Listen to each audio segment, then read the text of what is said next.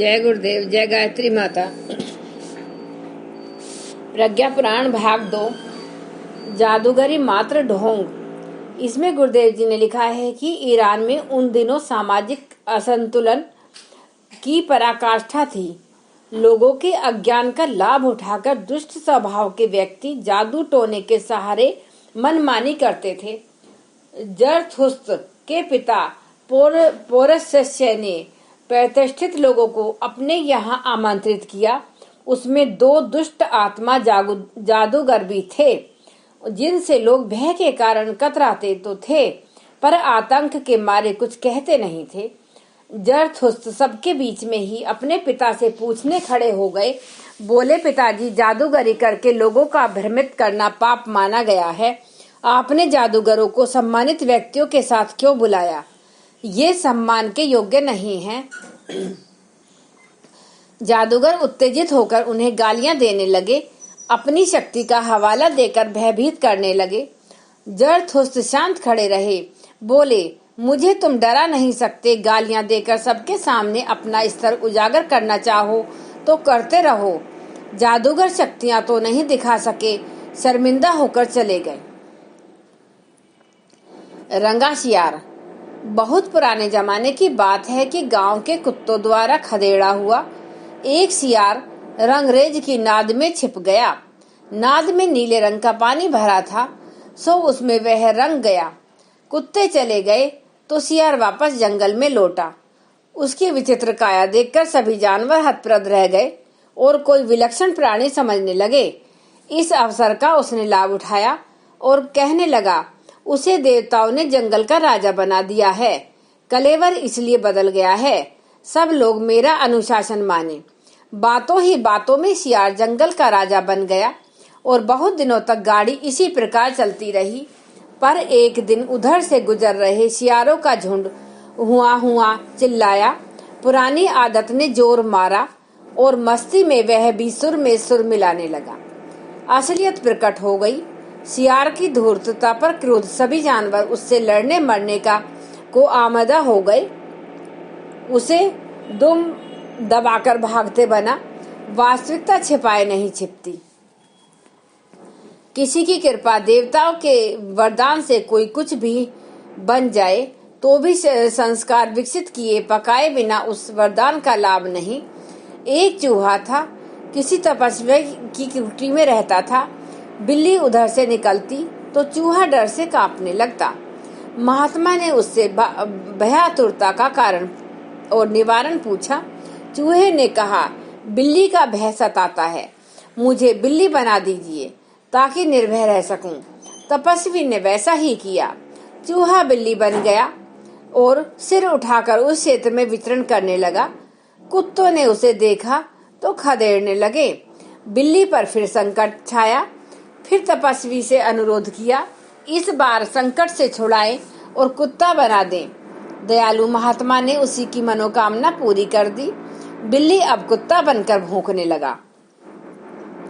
अधिक दिन बीतने न पाए थे कि जंगली भेड़ियों ने उसकी गंध पाई और मार खाने के लिए चक्कर लगाने लगे। कुत्ते का त्रास फिर लौट आया। डरे घबराए कुत्ते ने महात्मा का फिर आंचल पकड़ा। नया वरदान मांगा, जरक भेड़िया बन जाने का। इस बार की कामना भी पूर्ण हो गई।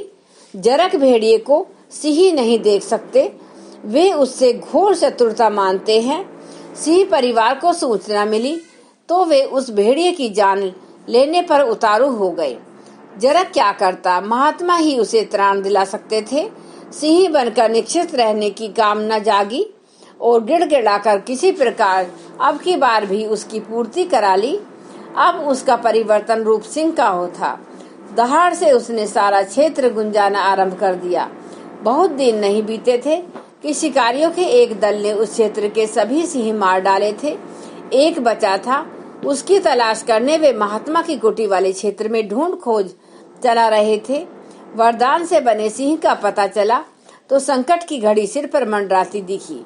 जाता कहाँ, तपस्वी के पास ही पूरा करने पहुँचता था। इस बार पहुंचा। अब की बार तपस्वी की मुद्रा बदली हुई थी। उन्होंने कमंडल से जल छिड़का और सिंह को फिर चूहा बना दिया। बोले, संकटों का सामना करने का जिसमें साहस पराक्रम नहीं, उसके लिए दूसरों की सहायता से कब तक काम चल सकता है।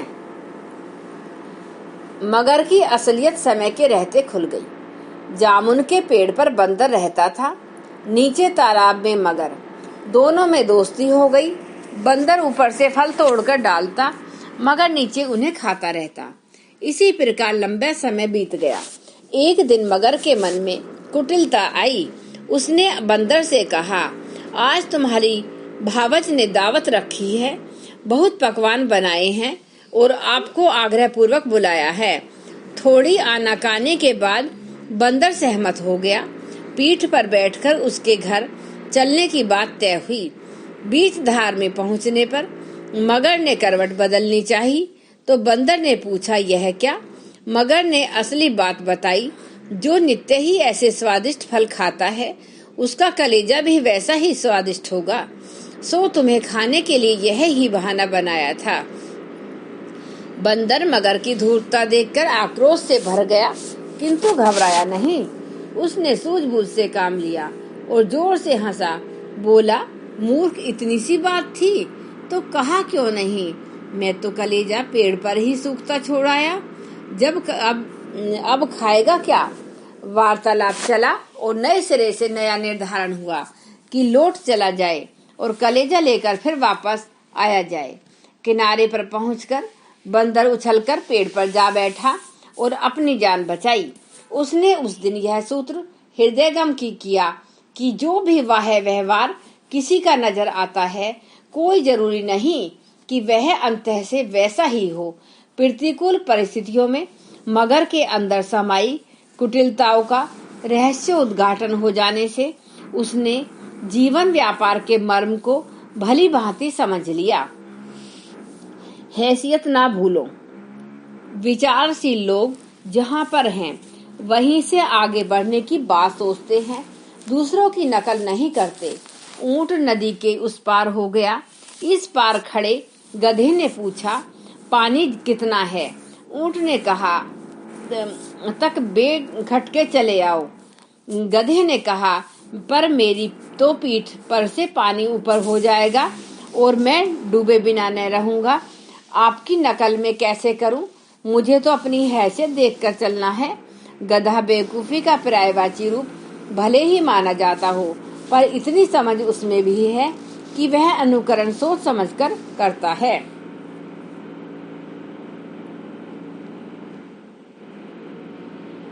आगे गुरुदेव जी ने लिखा है कि जहाँ यथार्थता और गंभीरता होती है, वहाँ आंधी तूफान आने पर भी सद्व्यवहार रूपी परिपुष्ट वृक्ष की जड़ें हिलती नहीं, स्थिरता यथावत बनी रहती है। अतः संस्कारों को पैदा करने की परंपरा बनाए रखनी चाहिए। संस्कारों को व्यवहार में समाविष्ट करके ही कोई व्यक्ति सुसंस्कृत कहलाया जा सकता है। महामानवों की यह नीति रही है। वे वास्तविकता एवं गंभीर आदर्शवाद में विश्वास रखते हैं, न तो स्वयं हवा में उड़ते हैं, न दूसरे को इसके ख्वाब दिखाते हैं। अंत में दृढ़ता से जमे संस्कार व्यक्ति को प्रखर तेजस्वी मनस्वी बनाते हैं। ऐसे व्यक्ति जो कहते हैं वह प्रभावकारी होता है, कथनी व करनी में अंतर न होने से वे सहज ही सभी के लिए अनुकरणीय बन जाते हैं। महामानव प्रगति का समापन किसी बिंदु विशेष को न मानकर सतत संस्कार अभिवर्धन की आदर्शवादिता को अंत में समाविष्ट करते रहने की अपनी परंपरा सतत चलाए रखते हैं। उनका जीवन जीती जागती किताब बन जाता है। वह बताता है कि किसी को भी ऊंचा उठाना हो तो उसे पहले अपनी जड़ मजबूत बनानी चाहिए, उथलेपन की विडंबना से बचना चाहिए।